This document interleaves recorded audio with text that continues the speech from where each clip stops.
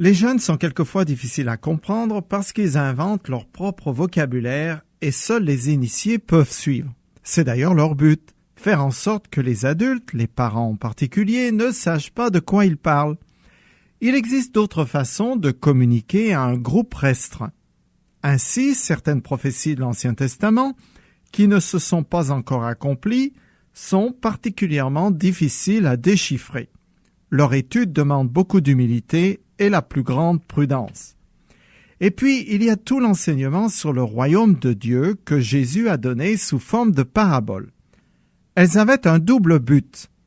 C'était un jugement contre les indifférents et les antagonistes, tandis que ceux qui avaient le cœur bien disposé à l'égard du Christ discernaient les vérités exposées ou cherchaient l'explication.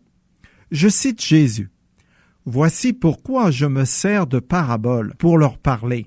C'est que, bien qu'ils regardent, ils ne voient pas, et bien qu'ils écoutent, ils n'entendent pas et ne comprennent pas. Vous, au contraire, vous êtes heureux, vos yeux voient et vos oreilles entendent. » Fin de citation. Je commence à lire le chapitre 13 de Matthieu. Ce jour-là, Jésus sortit de chez lui et alla s'asseoir au bord du lac. Autour de lui, la foule se rassembla si nombreuse qu'il dut monter dans une barque. Il s'y assit. La foule se tenait sur le rivage. Il prit la parole et leur exposa bien des choses sous forme de paraboles. Il leur dit : « Un semeur sortit pour semer. Alors qu'il jetait sa semence, des grains tombèrent au bord du chemin, les oiseaux vinrent et les mangèrent. D'autres tombèrent sur un sol rocailleux, et, ne trouvant qu'une mince couche de terre, ils levèrent rapidement parce que la terre n'était pas profonde. Mais quand le soleil fut monté haut dans le ciel, les petits plants furent vite brûlés, et comme ils n'avaient pas vraiment pris racine, ils séchèrent. D'autres grains tombèrent parmi les ronces. Celles-ci grandirent et étouffèrent les jeunes pousses. D'autres grains, enfin, tombèrent sur la bonne terre et donnèrent du fruit avec un rendement de 100, 60 ou 30 pour un. Celui qui a des oreilles, qu'il entende. Versets 1 à 9. Le jour même du rejet officiel du royaume par les chefs religieux d'Israël, Jésus donne un enseignement en parabole. La première de cette série n'est pas précédée d'une phrase du genre « Le royaume des cieux ressemble à, comme les autres », parce qu'elle illustre la réaction de l'homme en général face à la révélation divine. Cette parabole est très importante car Jésus va en donner l'explication, ce qu'il fera également pour celle de l'ivraie et du bon grain, mais pas pour les autres. L'histoire racontée par Jésus est des plus ordinaires. Un semeur suivi de nombreux oiseaux qui mangent les graines qu'il sème, le sol pierreux de Palestine, peu propice à la culture, le chemin qui longe les champs cultivés, une zone d'épines et enfin une bonne terre bien grasse. La semence tombe en 4 endroits différents et la majeure partie est perdue. Le problème n'est pas la qualité du produit, mais les terrains qui la reçoivent. Tout dépend donc de la condition du sol. Je continue plus loin avec l'explication de Jésus. Vous donc écoutez ce que signifie la parabole du semeur. Quand quelqu'un entend le message qui concerne le royaume et ne le comprend pas, le diable vient arracher ce qui a été semé dans son cœur. Tel est celui qui a reçu la semence au bord du chemin. Puis il y a celui qui reçoit la semence sur le sol rocailleux. Quand il entend la parole, il l'accepte aussitôt avec joie, mais il ne la laisse pas prendre racine en lui car il est inconstant. Que surviennent des difficultés ou la persécution à cause de la parole, le voilà qui abandonne tout. Un autre encore a reçu la semence parmi les ronces. C'est celui qui écoute la parole, mais en qui elle ne porte pas de fruit parce qu'elle est étouffée par les soucis de ce monde et par l'attrait trompeur des richesses. Un autre, enfin, a reçu la semence sur la bonne terre. c'est celui qui écoute la parole et la comprend. Alors il porte du fruit. Chez l'un, un grain en rapporte 100, chez un autre 60, chez un autre 30. Versets 18 à 23. La semence est la parole de Dieu et des prophètes et celle du Christ et des apôtres, tous ceux qui répandent la bonne nouvelle du royaume. Le champ est le monde et le semeur est Jésus lui-même. Tout enseignement est comme une semence qui, plantée dans un cœur, a le pouvoir de prendre racine et de produire du fruit. Mais elle ne se développera que dans une terre préparée, prête à la recevoir. La première partie de cette bonne parole de Jésus atteint quelqu'un qui est en périphérie. Ce sont ceux qui sont de culture chrétienne, mais pour qui le Christ est un accessoire dont l'enseignement éthique est intéressant, mais sans plus. À titre personnel, ils ne s'intéressent ni à Jésus, ni aux Écritures. Ils ne savent pas qu'il est beaucoup plus qu'un simple personnage historique, un être unique et divin, incomparable en sa personne et par l'œuvre rédemptrice qu'il a accomplie. Ces chrétiens de nom se rencontrent dans tous les pays dits catholiques ou protestants, mais leur cœur est aussi dur qu'un chemin battu. Les oiseaux représentent Satan, qui s'empresse d'éliminer toute possibilité de se poser les questions essentielles de la vie. D'où je viens? Qu'est-ce que je fais ici? Et qu'y a-t-il après cette vie? Le diable est à l'origine de tout ce qui nous distrait et nous amuse. Il ne veut pas que je réfléchisse, mais désire au contraire que je m'occupe l'esprit de futilité, de n'importe quoi, afin de ne surtout pas penser à l'éternité et à ma vie absurde et inconséquente ici-bas. Le deuxième groupe est représenté par les endroits rocailleux. Ce sont des gens superficiels et sans consistance. Ils trouvent que le Christ est un personnage merveilleux, digne d'un grand intérêt, ressentent vivement l'amour de Dieu en eux-mêmes et ont même la larme facile. Mais ils sont tout aussi émus par un morceau de musique ou l'histoire tragique d'une personnalité mondaine. Ils sont gouvernés par les désirs et les émotions du moment. Certes, ils trouvent le Sauveur merveilleux, mais ce sont des girouettes, car leur enthousiasme est de courte durée. Dès que survient l'occasion de prendre parti pour Jésus et de mettre en pratique ses paroles, ils disparaissent des rangs des croyants. Le groupe suivant est comparé à des épines. Ce sont ceux dont la vie est encombrée de 1001 choses qui prennent toute la place dans leur cœur. Qu'ils soient riches ou pauvres, ils sont préoccupés par l'argent, par ce qu'ils ont ou n'ont pas. Les préoccupations de la vie, même celles qui sont légitimes, les absorbent complètement. Tels des épines, les soucis éclipsent puis étranglent les vraies questions que tout être humain devrait se poser, et la parole de Dieu ne trouve pas de place dans leur cœur. Ces trois types de terrains que Jésus décrit représentent des gens qui se disent chrétiens, mais qui en réalité ne le sont pas. Finalement, une partie de la semence tombe dans de la bonne terre, prend racine et porte beaucoup de fruits. Ce sont ceux qui entendent la bonne nouvelle, la comprennent et l'acceptent après en avoir mesuré les implications. Elle fait alors une différence notable dans leur vie. Après cette première parabole, Jésus ajouta « Celui qui a des oreilles, qu'il entende ». Nous avons tous des oreilles, mais le Seigneur sous-entend que pour certains d'entre nous, elles sont bouchées lorsqu'il s'agit de comprendre les enseignements ayant une portée spirituelle. Je continue le texte. Alors ses disciples s'approchèrent et lui demandèrent « Pourquoi te sers-tu de paraboles pour leur parler ?»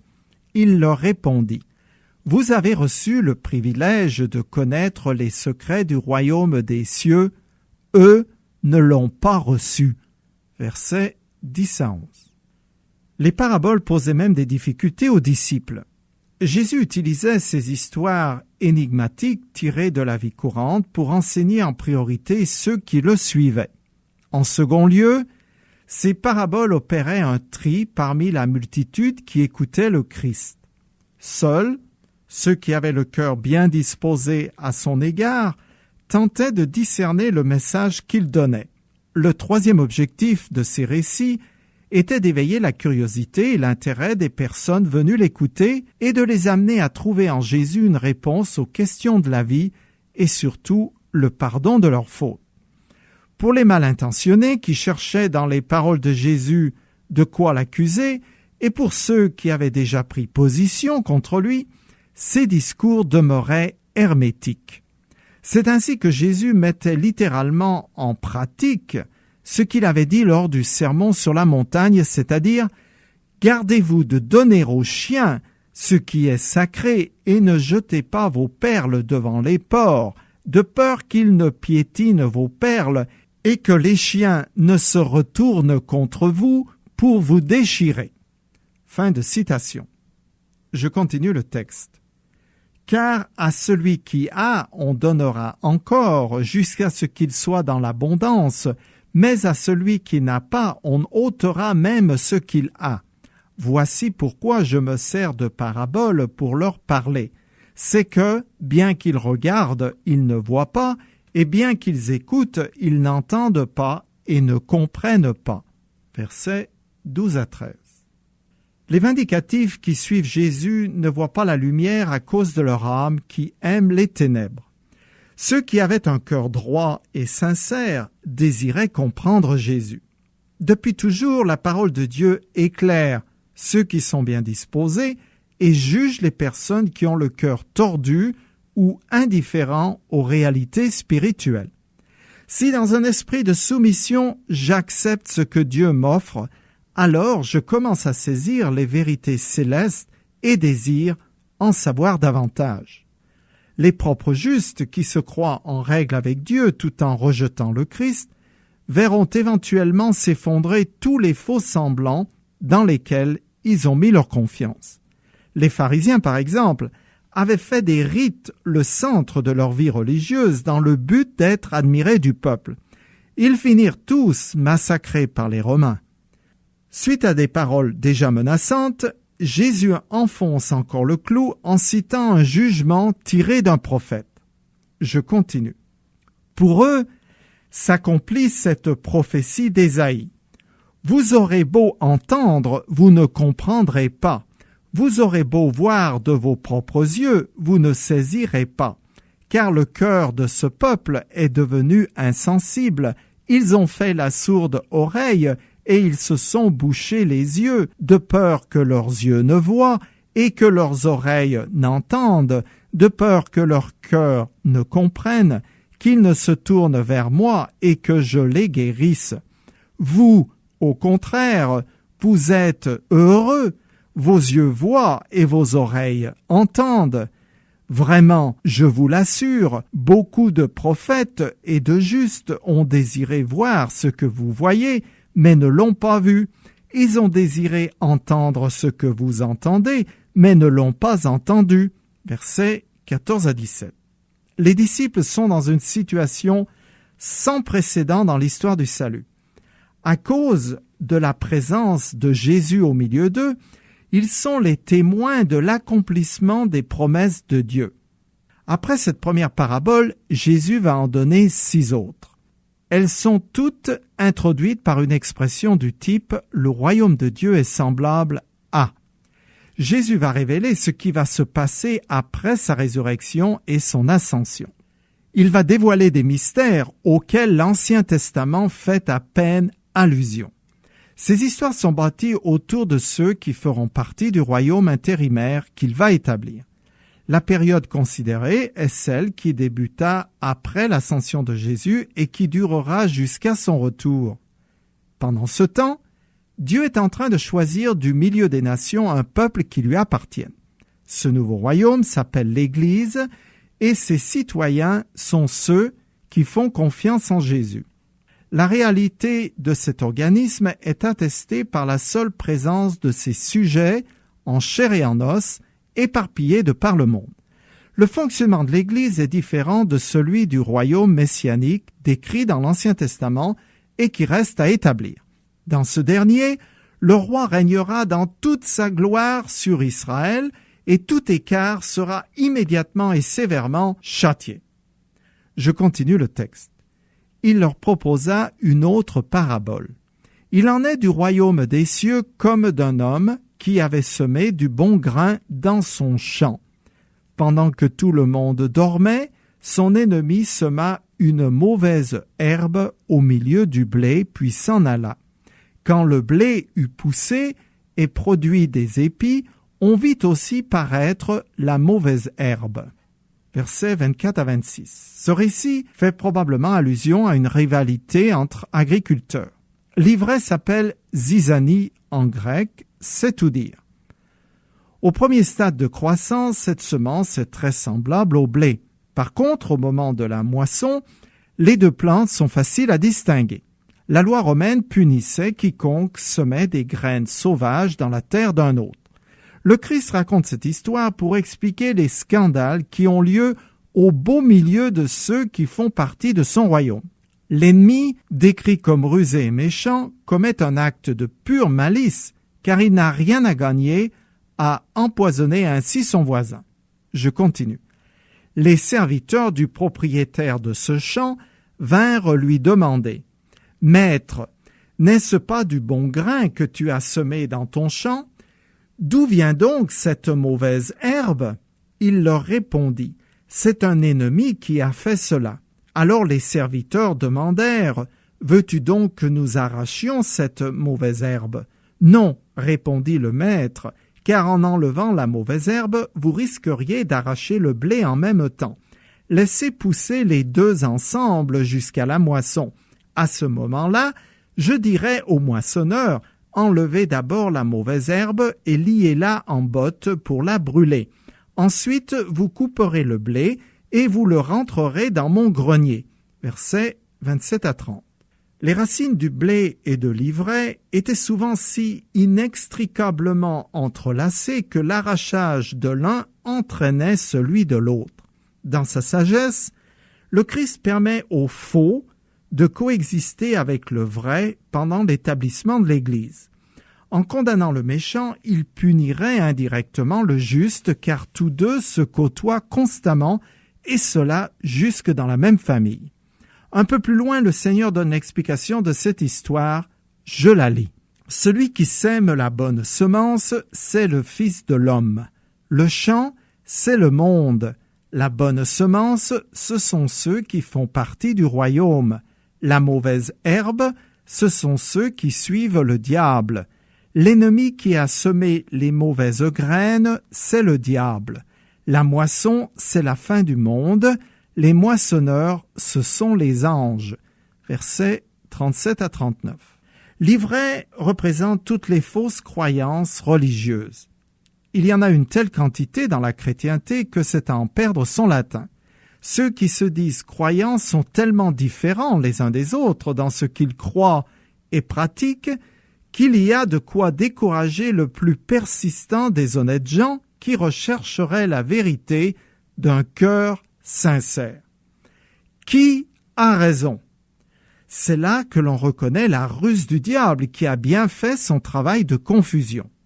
En plus des catholiques romains, il y a les grecs orthodoxes, beaucoup de familles d'églises protestantes, les témoins de Jéhovah, les mormons, les moonistes, les enfants de Dieu et j'en passe. Comment s'y retrouver?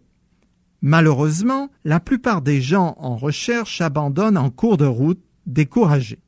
Pourtant, la promesse du Christ, « Demandez et vous recevrez, cherchez et vous trouverez, frappez et l'on vous ouvrira », demeure d'actualité. Alors, persévérons, sachant que Dieu guidera immanquablement celui qui le cherche de tout son cœur. Aujourd'hui, au XXIe siècle, le blé continue à croître et il existe de par le monde beaucoup de vrais disciples du Christ qui rayonnent de son amour, font connaître la parole de Dieu autour d'eux et qui n'hésiteraient pas à donner leur vie pour leur Maître et Seigneur. À côté de cela, notre époque est en pleine déconfiture. Il y a non seulement le laisser-aller moral, mais aussi une très grande confusion religieuse. Dans les pays occidentaux en particulier, les masses médias, au nom de la sainte tolérance, prônent l'amalgame de toutes les croyances. Cette sinistre machination ne fait qu'amplifier le chaos spirituel des eaux troubles dans lesquelles nagent nos contemporains. Un point pour l'ivraie, c'est vrai, mais une bataille ne fait pas la guerre et la victoire du blé est assurée.